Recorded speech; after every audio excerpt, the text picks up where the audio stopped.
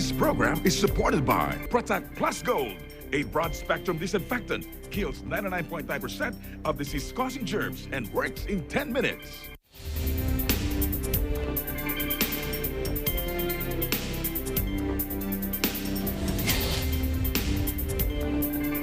Hello, I'm Alma Angeles, and you're watching Eagle News International. Good evening, CJ. Good evening, Alma, and good evening to everyone joining the broadcast. Here are tonight's headlines. Powerful Hurricane Ida battered the southern U.S. state of Louisiana and plunged New Orleans into darkness, leaving at least one person dead, 16 years to the day after Hurricane Katrina devastated the city. Tropical storm Nora continues to lash Mexico's Pacific coast with torrential rains and heavy winds a day after causing floods and landslides that killed at least one person in a popular resort town. Several rockets were fired at Kabul's airport, witnesses and security sources said, less than 48 hours before the U.S. is due to complete its troop withdrawal from Afghanistan. And scientists have discovered what is believed to be the world's northernmost landmass, a yet-to-be-named island north of Greenland that could soon be swallowed up by seawaters.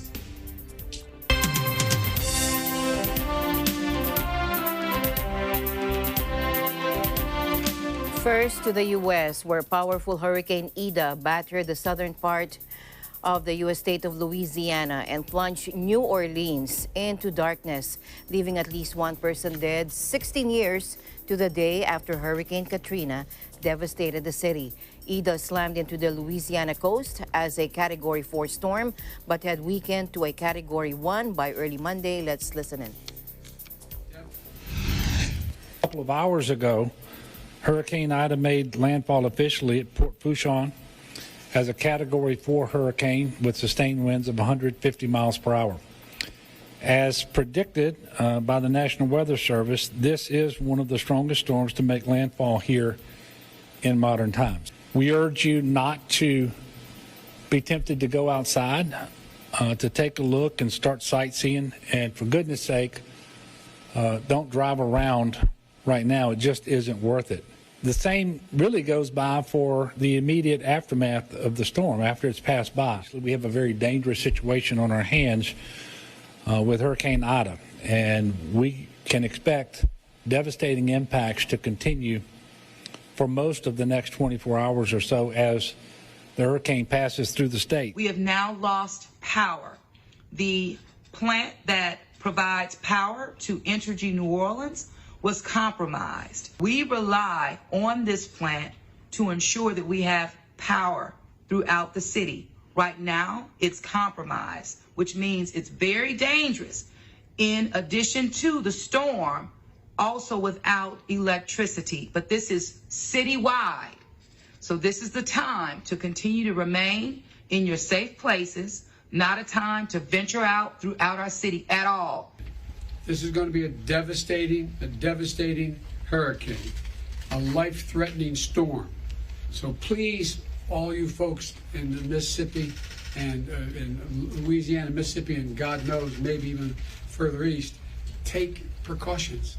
Listen. The storm knocked out power for all of New Orleans, with more than 1 million customers across Louisiana without power, according to outage tracker poweroutage.us. As you can see here, you can feel the power of this storm. Electricity provider Entergy said it was providing backup power to New Orleans Sewage and Water Board, which operates the pumping stations used to control flooding.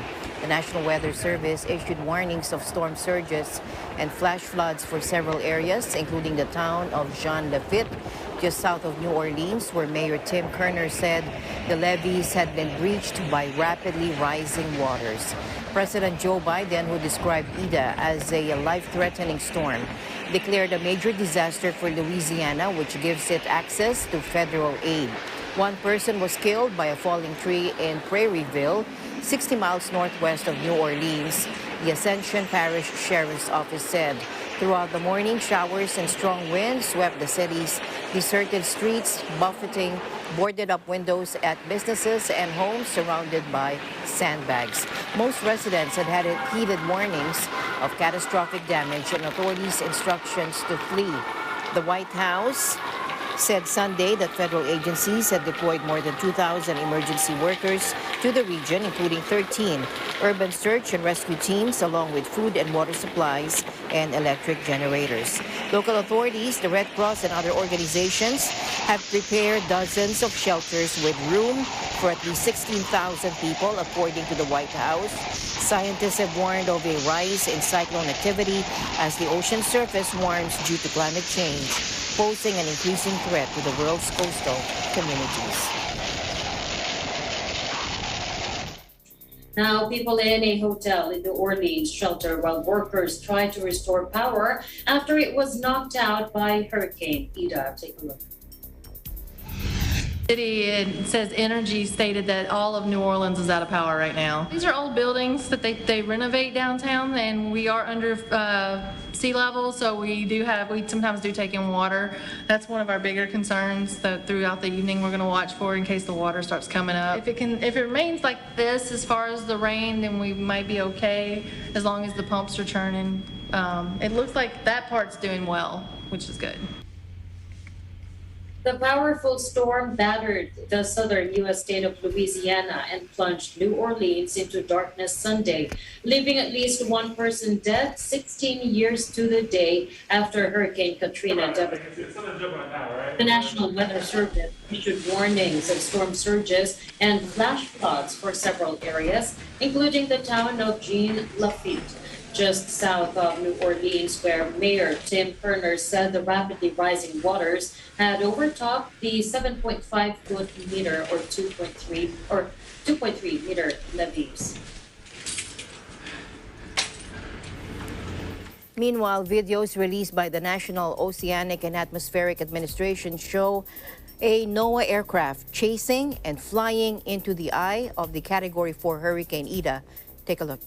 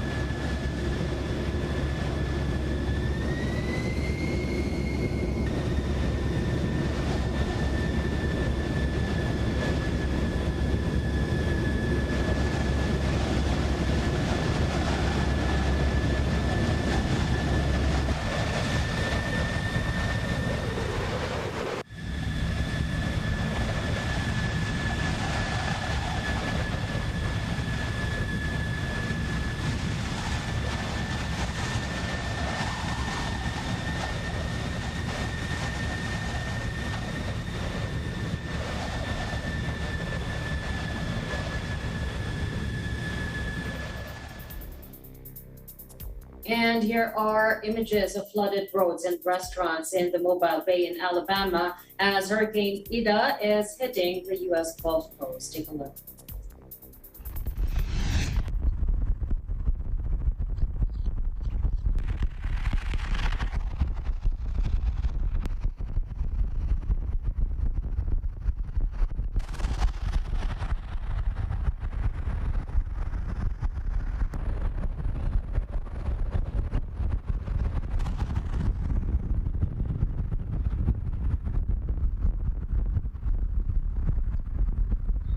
forecasters said Ida remained highly dangerous as it approached more populated areas already inundated with hours of rain. Ida is expected to remain a hurricane overnight, but weaken to a tropical storm by Monday afternoon. Now, Ida was forecast to move well inland over portions of Louisiana and western Mississippi on Monday night. The National Weather Service issued a tornado watch for parts of Louisiana, including New Orleans, as well as part of Florida, Mississippi, and Alabama. Flooding was already underway in parts of Mississippi on Sunday morning. According to USA Today, Ida, moving over the extremely warm waters of the Gulf, saw its top winds grow by 45 miles per hour in 5 hours.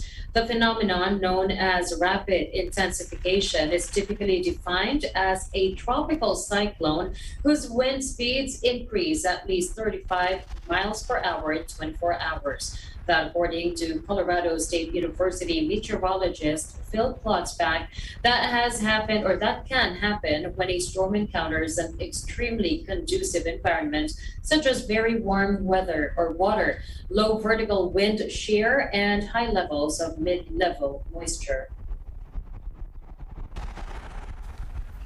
Meanwhile, Tropical Storm Nora continued to lash Mexico's Pacific coast with torrential rains and heavy winds a day after causing floods and landslides that killed at least one person in a popular resort town. Nora was downgraded from a Category 1 hurricane on the Saffir-Simpson scale to a tropical storm on Sunday after its maximum sustained winds fell to 70 miles or 110 kilometers per hour. Nora first made landfall Saturday night near Tomatlan in Jalisco State.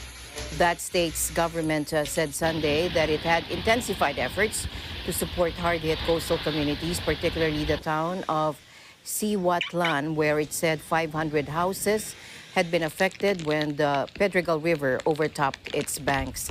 Emergency workers remain deployed along the coast to deal with the expected effects of torrential rainfall, heavy winds, and high waves, according to officials. Another hurricane named Grace last week struck Veracruz State on the country's east coast as a Category 3 storm, causing at least 11 deaths there and in neighboring Puebla State. Now, the Associated Press reports that the Caldor fire is now moving towards the Lake Tahoe region. Cal fire set Sunday at 9 p.m. The city of South Lake Tahoe is under an evacuation warning because of the encroaching Caldor fire. Flames churned through mountains just a few miles southwest of the Tahoe Basin, where thick smoke sent tourists packing at a time when summer vacations would usually be in full swing ahead of the Labor Day weekend. Caldor Fire spokesman Isaac Lake told AP that in the next several days, temperatures are expected to rise in the triple digits. A red flag warning for critical fire conditions was issued for Monday and Tuesday across the northern Sierra.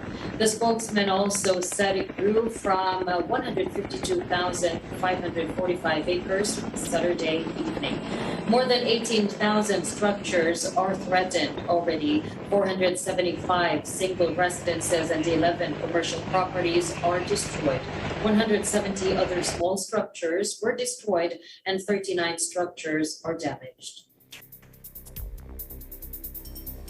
Meanwhile, heavy torrential rains continued to hit China over the weekend of August 28 to the 29th, including in the northwestern province of Shanxi, where rainfall triggered widespread flooding and landslides, according to the South China Morning Post. More than 23,000 people had to be evacuated to safety, and in some parts of the sprawling municipality of Chongqing in southwestern China, water levels reportedly rose at a speed of about 30 to 40 centimeters or 12 to 15 inches per hour. A provincial highway was flooded in the municipality's district, and its Chengkou County reported the highest maximum peak flow in 20 years on the Ren River. Local authorities activated their highest level flood control response on August 29. China News Service said Chongqing on August 29, from their reporter, learned from the Chongqing Emergency Bureau That's 7 out of warms in the city's small and medium-sized rivers. 18, the reservoir exceeded the flood limit. At present, there are still 3 rivers in Chongqing with 6 over alarms. The Ren River, number 1, flood in 2021 has taken shape.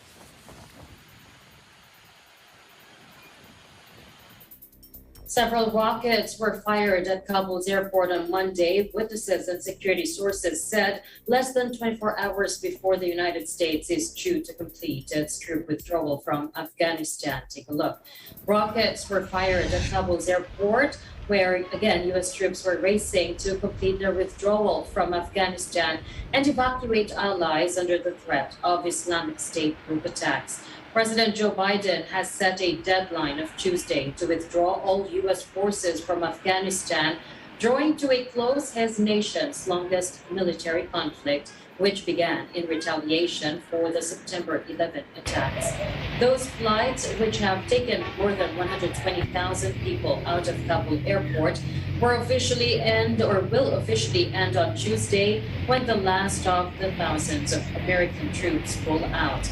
Biden had warned more attacks were highly likely, and the United States said it carried out an airstrike on Sunday night in Kabul on an IS-prepared car bomb. Now, that was followed on Monday morning by rockets being fired at the airport. Now, in a related news, U.S. media outlets reported that civilians were killed in that drone attack on an explosive-laden vehicle carried out by the U.S. military in Afghanistan's capital, Kabul. Now, the United States said it destroyed an explosive-laden vehicle with an airstrike in Kabul on Sunday, hours after President Joe Biden warned of another terror attack in the capital as a massive airlift of tens of thousands of Afghans entered its last days.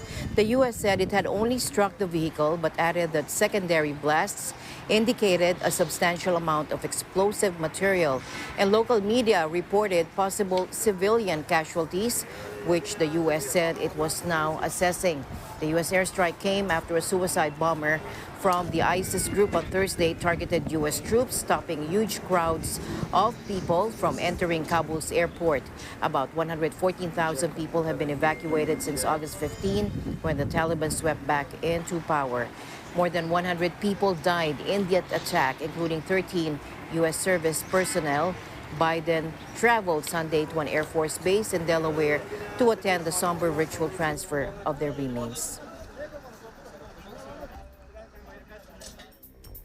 Afghan women will be allowed to study at university, but there would be a ban on mixed classes under their rule. That, according to the Taliban's acting higher education minister on Sunday. Take a look.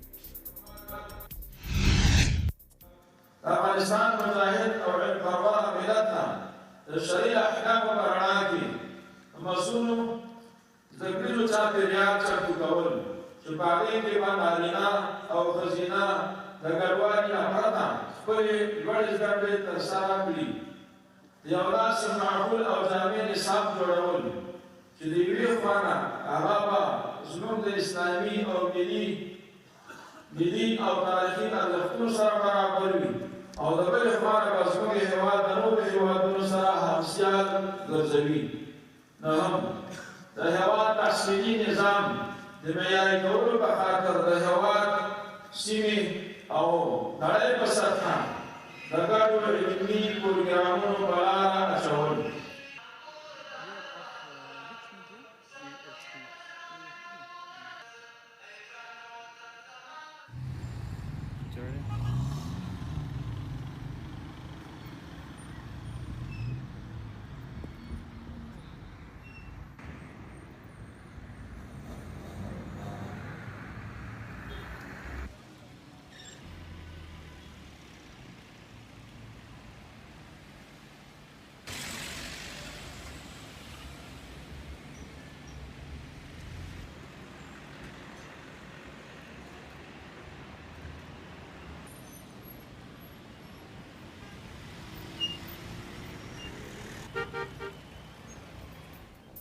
In other news, Nigerian school children kidnapped from an Islamic cemetery seminary 3 months ago are reunited with their parents after their gunmen captors freed them from forest hideouts.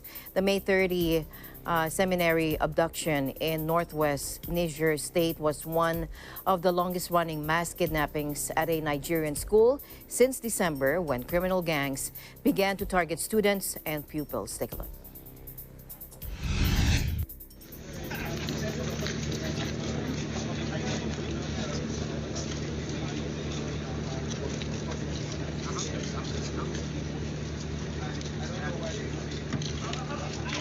I am happy to announce that finally we have received them, and they are seated behind you. You can see them. They arrived Mina in the early hours of this morning, and since then the medical officials have been attending to them to ensure their health status.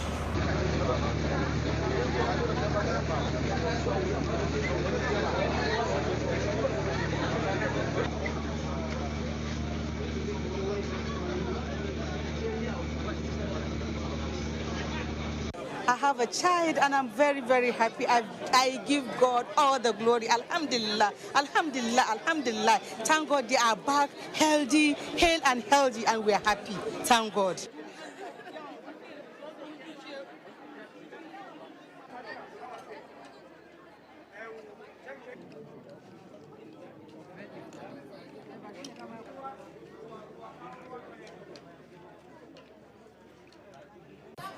We have in our hands now the total number of 92 plus 2. We've lost one.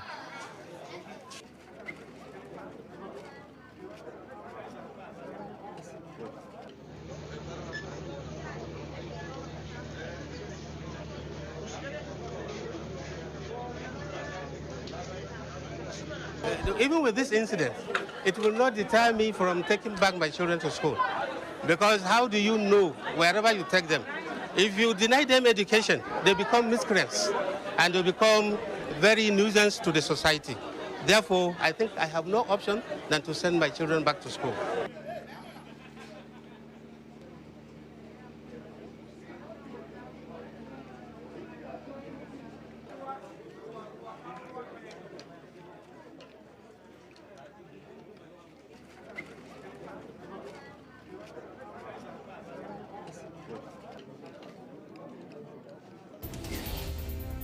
And the news continues here on Eagle News. We'll be right back.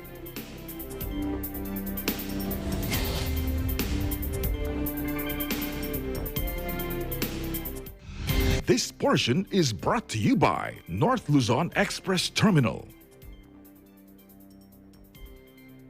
Mula noon hanggang ngayon, gabay natin ang MTRCB ratings sa matalino at responsableng panonood.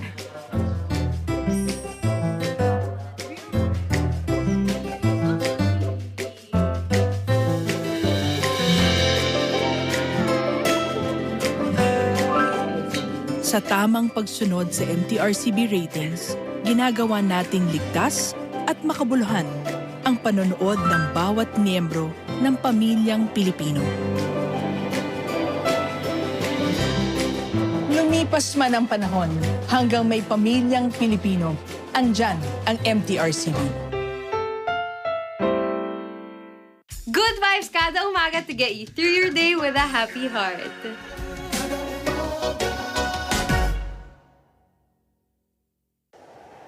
Innovation, digital disruption, globalization. Startups, micro, small, and medium enterprises, as well as large corporations, all face interesting challenges in the market today. Peek into the world of exciting opportunities and partnerships to drive growth with the latest business news and information. We are open for business. Your weekly dose of entrepreneurial inspiration to update you on the latest developments in the world of business. Get up close and personal with CEOs and thought leaders. to help you discover valuable insights. Sharpen your instincts for smart decision making with the latest markets and economic trends, disruptive ideas, global innovation, social entrepreneurship, and other leading-edge business ideas. Join the conversations to create a more vibrant environment for entrepreneurship. Catch Open for Business, from vision to action.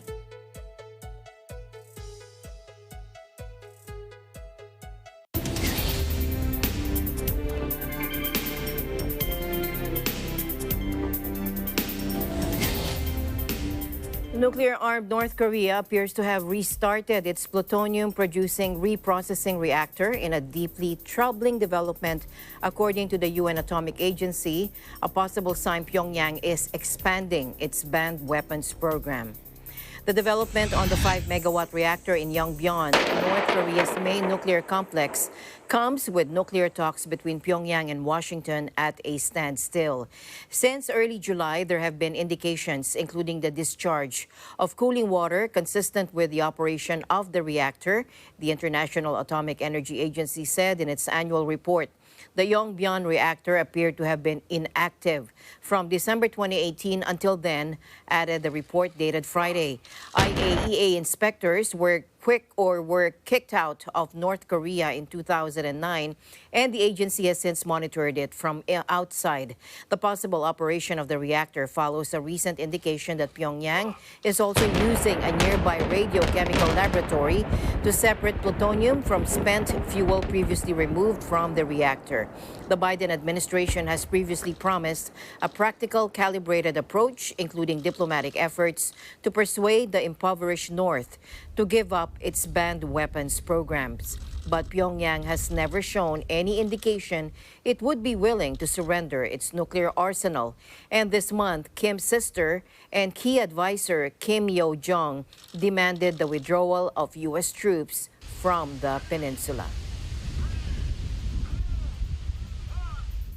Here now in the Philippines, where COVID-19 cases climbed to 1,976,202 after the Department of Health recorded a record high 22,366 new COVID-19 infections.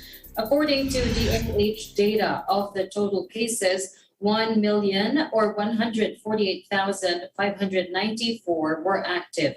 Of these, 95.7% were mild, 1.7% asymptomatic, 0.6% were critical, 1.1% were severe, and 0.97% were moderate. Recoveries rose to 1,794,278, including the additional 16,864 recoveries. The COVID-19 death toll is now at 33,330, with the addition of 222 deaths. On Sunday, the DOH reported more COVID-19 variant cases in the Philippines, with 516 more cases of the highly contagious Delta variant, according to the report. Of the 473 local Delta variant cases, of the additional cases of that, 114 were from Metro Manila. Metro Manila and other areas are under a modified enhanced community quarantine until September 7.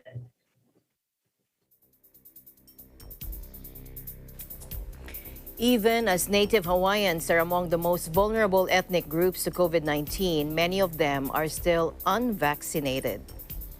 Mio Asenas from EBC Hawaii Pacific reports on a recent gathering in Honolulu by community leaders urging fellow Hawaiians to get the shot in hopes of slowing the spread of the Delta variant. Take a look. We cannot continue to allow Hawaiians to be the group with the low vaccination rates and the high case counts. Community representatives gathered outside the state capitol near the statue of Hawaii's last monarch to send a strong message to Native Hawaiians and those who still have doubts about the COVID-19 vaccine. Listen to the stories of the people in your own neighborhoods. If we don't all yet have stories of tragedy and consequence from COVID-19, we will soon if we do not act. Many of the speakers emphasized that Hawaii's history already provides many lessons learned about dealing with epidemics and outbreaks and their deadly effects on Pacific Islanders. In 1881, Queen Liliuokalani, whose statue we stand in front of today, ordered the measure of Oahu commerce to cease during a smallpox epidemic.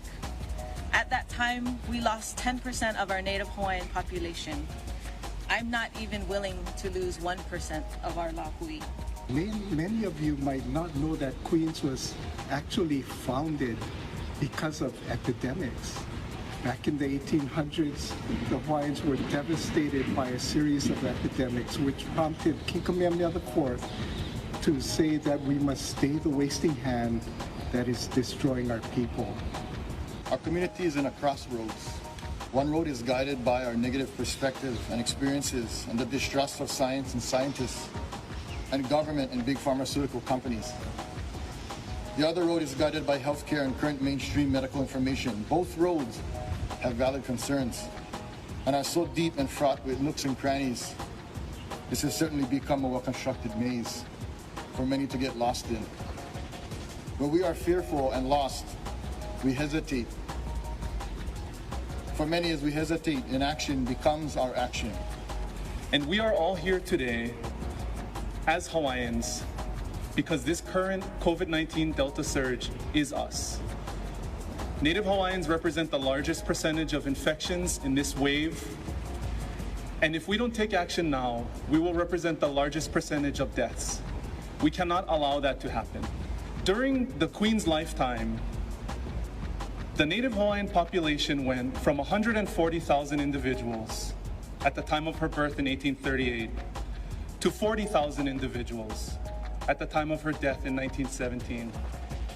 A 70% drop, almost all due to diseases that today are curable: smallpox, measles, whooping cough, influenza. I think about how that impacted her decisions and how that impacted the decisions of all of our ali'i. To have seen so much suffering and death, and to have taken many of the measures that are being taken today to address the spread of COVID-19 in our community now. And our ali'i and our kupuna would not want history to repeat itself. Sadly, this month of August may be considered as the most deadly for the Aloha State. From Honolulu, Hawaii, I'm USNS Eagle News. We live in interesting times.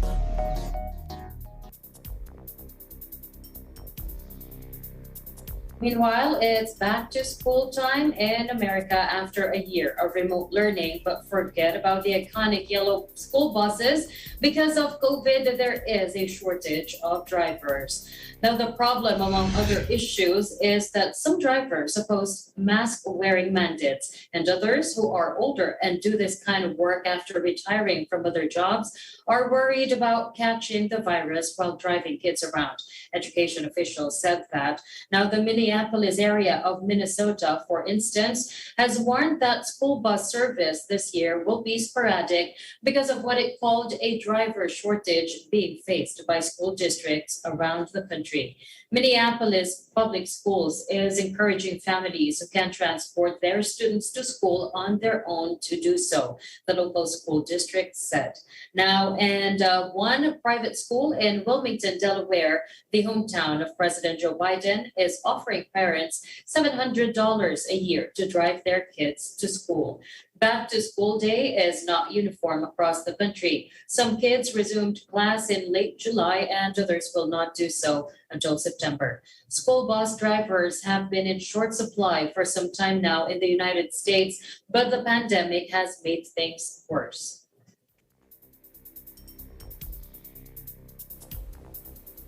Meanwhile, the World Health Organization said it feared another 236,000 COVID-19 deaths in Europe by December 1, expressing concern about stagnating vaccination rates and low uptake in poorer countries. Take a look. Several countries are starting to observe an increased burden on hospitals and more deaths. Last week, there was an 11% increase in the number of deaths in the region, with one reliable projection expecting 236,000 deaths in Europe by December 1st. Vaccination is a right, but it's also a responsibility. The stagnation in vaccine uptake in our region is of serious concern. Now that public health and social measures are being relaxed in many countries, the public's vaccination acceptance is crucial. Vaccine skepticism and science denial is holding us back from stabilizing this crisis.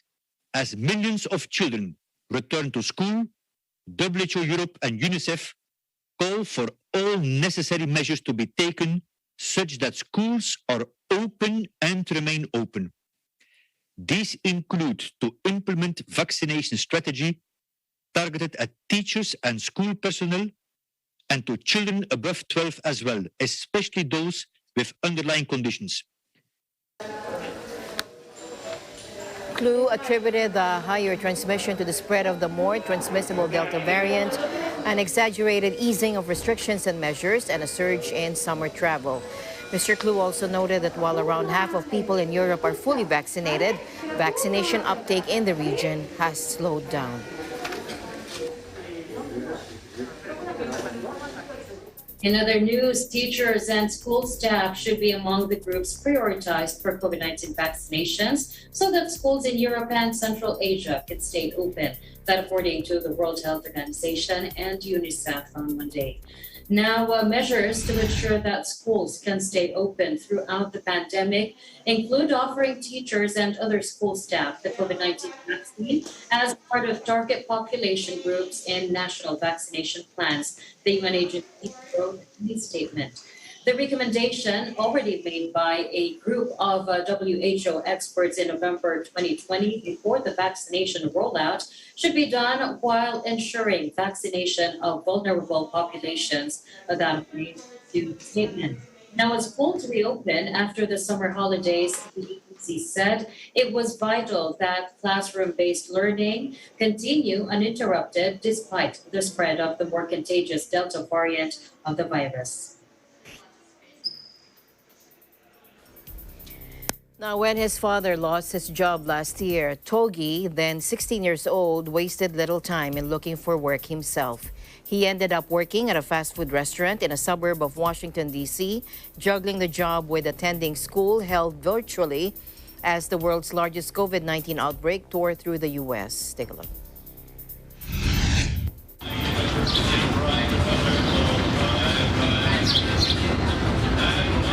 I've been working a lot recently because of, especially because of the pandemic. Because my dad lost his job like around a year ago, but he's been doing some types of odd jobs and stuff like that, like with like food delivery, like Uber Eats and stuff like that, to try to keep up. But I don't know. It's kind of a struggle balancing both homework, schoolwork, and also my friends.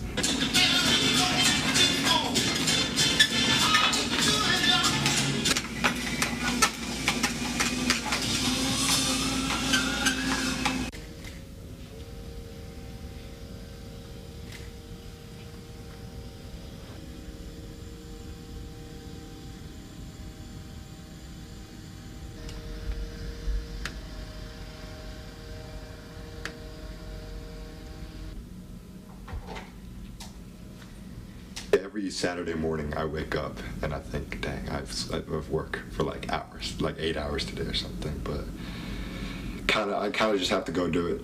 I mean, I probably look at my wallet, and then my wallet is my biggest motivational factor to just keep on going, because I remember what it was like to not, I mean, I'm not saying I have a lot of money now, but I can, help myself out and my family out a little bit more. Folks can go to live, they want to all live in a community together, so they don't necessarily have to. What do they expect sometimes? They don't really have it. Yeah, so it would either be... I think that students have had some trouble focusing at school because they do have so much going on. And I think that understanding how much of an obligation they have to help their family can be distracting. And so that's really where we came in to help them manage those feelings and those situations, to make sure that they are staying on track so that they're not at risk of dropping out because they're working so many hours, or, not organizing their time well.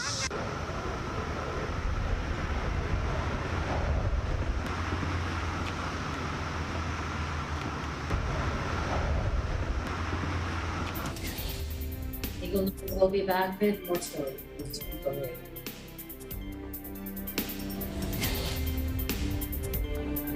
Protect yourself and loved ones. Use Protect Plus Gold, a broad-spectrum disinfectant that kills 500 strains of bacteria, fungi, and viruses such as coronavirus and other disease-causing microorganisms. Also potent against viruses in pets. It kills 99.9% of disease-causing germs and works in 10 minutes. Dissolve 1 teaspoon in 1 liter of water. Apply on areas for disinfection or use it for misting. Protect Plus Gold. Sila ang mga kinikilalang bayaning may mahalagang papel para makamit ang kalayaan at pagbabago sa Pilipinas. Pero sa panahong ito, may mga bagong bayaning nakikipaglaban sa sakit na lumaganap sa buong daigdig, ang COVID-19. Ang ating mga frontliner, gaya ng healthcare workers, mga doktor, nurses, medical technologists, at iba pang health professionals, mga pulis, sundalo, security guards, mga tauhan na nangangalaga sa seguridad at mahahalagang pangangailangan ng bawat komunidad. Ang mga bagong bayani, ating pasalamatan. Kilalanin ang kanilang sakripisyo at serbisyo para sa lahat.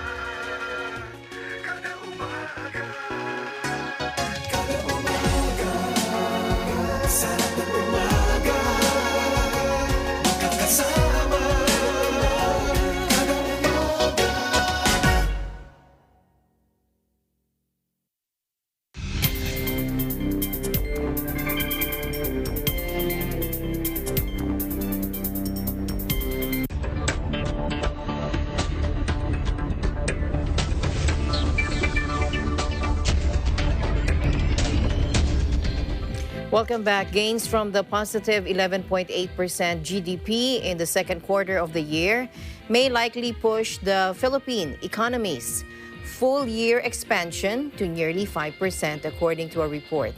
The market called the joint monthly publication of First Metro Investment Corporation, or FMIC, and the University of Asia and the Pacific, or UAP, said latest reports on exports, imports, manufacturing, and government spending, among others, also boosted hopes for faster economic recovery in the second half of the year. It also said overall full-year growth outlook has brightened following the release of the second quarter GDP figure, which ended the 5 consecutive quarters of contraction.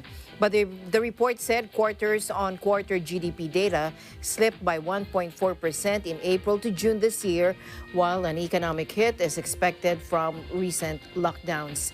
The report further said manufacturing continues to rise in the third quarter, with the Purchasing Managers Index, or PMI, at 50.4, lower than the 50.8 last June. An index higher than 50 indicates expansion, while an index below 50 shows otherwise.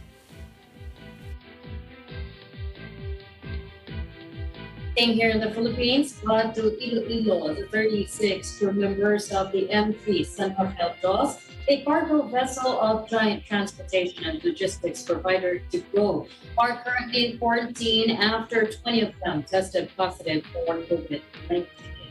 In coordination with the Iloilo City Quarantine Facility Management, the 20 patients were taken to the Haro 1 Elementary School, while the 16 were transferred to a hotel quarantine facility accredited by the Department of Health on Monday afternoon. Regional Task Force on COVID-19 spokesperson Cindy Ferrer said in an interview that the vessel came from Davao, passed through General Santos and Bacolod City, and docked there on August 25 in Iloilo. All those found negative underwent a confirmatory test undertaken by Iloilo City's molecular laboratory, where one more turned out positive. The ship's operation was suspended by the Maritime Industry Authority, Marina, and must stay at the Iloilo-Guimaras Strait for several days. The Marina will also issue an order lifting the suspension before the vessel can proceed to its next destination. Traders in Europe sent stock markets higher today in the wake of gains for Asia and a record-breaking Wall Street close after Federal Reserve boss Jerome Powell indicated the central bank would be cautious in winding down its ultra-loose monetary policy and was in no hurry to lift interest rates. In a closely watched speech Friday, Powell said the world's top economy was well on the road to recovery from last year's pandemic-induced slump, with millions of jobs recovered and growth at its strongest in decades.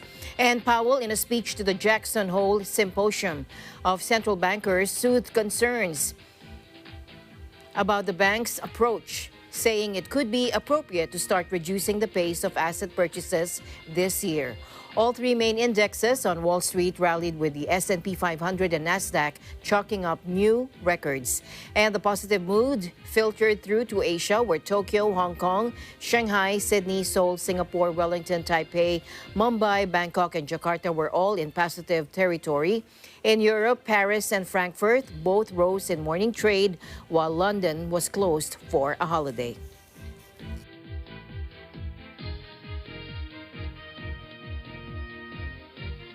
The first Philippine university-built Maya 3 and Maya 4 Cube satellites, or CubeSats, were finally launched to the International Space Station a few minutes after their scheduled 3:14 p.m. launch, Philippine Standard Time, on August 29 aboard a SpaceX Falcon 9 rockets, Dragon C208, as part of SpaceX Commercial Resupply Service Mission -23, or SPX-23. Now, the scheduled launching on August 28 was moved because of bad weather. The launching was beamed live by the National Aeronautics and Space Administration on its website. The docking of SpaceX CRS-23 cargo Dragon craft to the ISS is scheduled on August 30 at 11 a.m. EDT. Both CubeSats were developed under the Stamina for Space, or Space Technology and Applications Mastery, Innovation, and Advancement Program through the support of the DOST, or the Department of Science and Technology, UP Diliman, PhilSA, and Kyushu Institute of Technology of Japan. According to the Philippine News Service, the CubeSats are mostly identical, with an estimated mass of 1.15 kilograms and measures 10 centimeters by 10 centimeters by 11.35. Now, their missions included demonstration of ground data acquisition, image and video capture, detection, and protection from single event laptop due to space radiation, GPS chip demonstration, among others. The country previously launched Maya 1 on June 29 of 2018 and Maya 2 on February 21st of this year. Diwata 1 and 2, both microsatellites, were launched on March 23, 2016 and October 29, 2018, respectively. DOST previously said the projects will intensify efforts to harness the power of satellite technology for other purposes like those for agriculture, forest cover, and natural resources inventory, weather forecasting, and disaster damage assessment and monitoring, among others. From now. Again, this is the second flight for this particular Dragon and the first reuse of our upgraded. And finally, in our news, scientists have discovered what is believed to be the world's northernmost landmass, a yet-to-be-named island north of Greenland that could soon be swallowed up by sea waters. Take a look.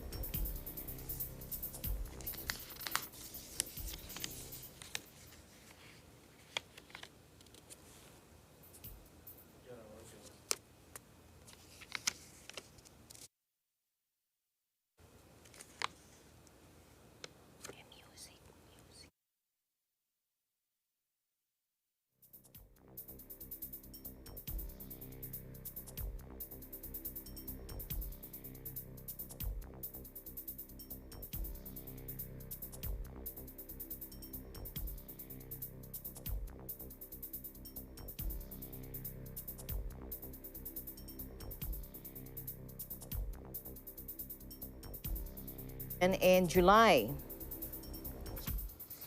and initially thought they had reached Udak, up until now, the northernmost island on the planet. Morten Rasch from Copenhagen University's Department of Geosciences and Natural Resource Management said they were informed that there had been an error on the GPS, which had led them to believe that they were standing on Udak Island. In reality, he said they had discovered a new island further north, a discovery that just slightly expands the kingdom of Denmark. But it is only 30 to 60 meters above sea level, and Rasch said it could be a short-lived islet. No one knows how long it will remain. In principle, it could disappear as soon as a powerful new storm hits. The autonomous Danish territory of Greenland has grabbed headlines in recent years, most notably in 2019, former U.S. President Donald Trump said he wanted to buy the Arctic territory. It has also been hard hit by climate change as warmer temperatures have melted its glaciers, causing alarming sea level rise.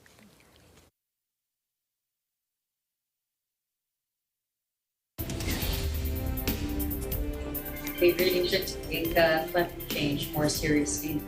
True. Broadcast. Thank you so much, everyone, for joining us. I am CJ Hero. The This continues tomorrow. And at the end of the day, there remains so much more to be grateful for. I'm Alma Angeles, and we live in interesting times.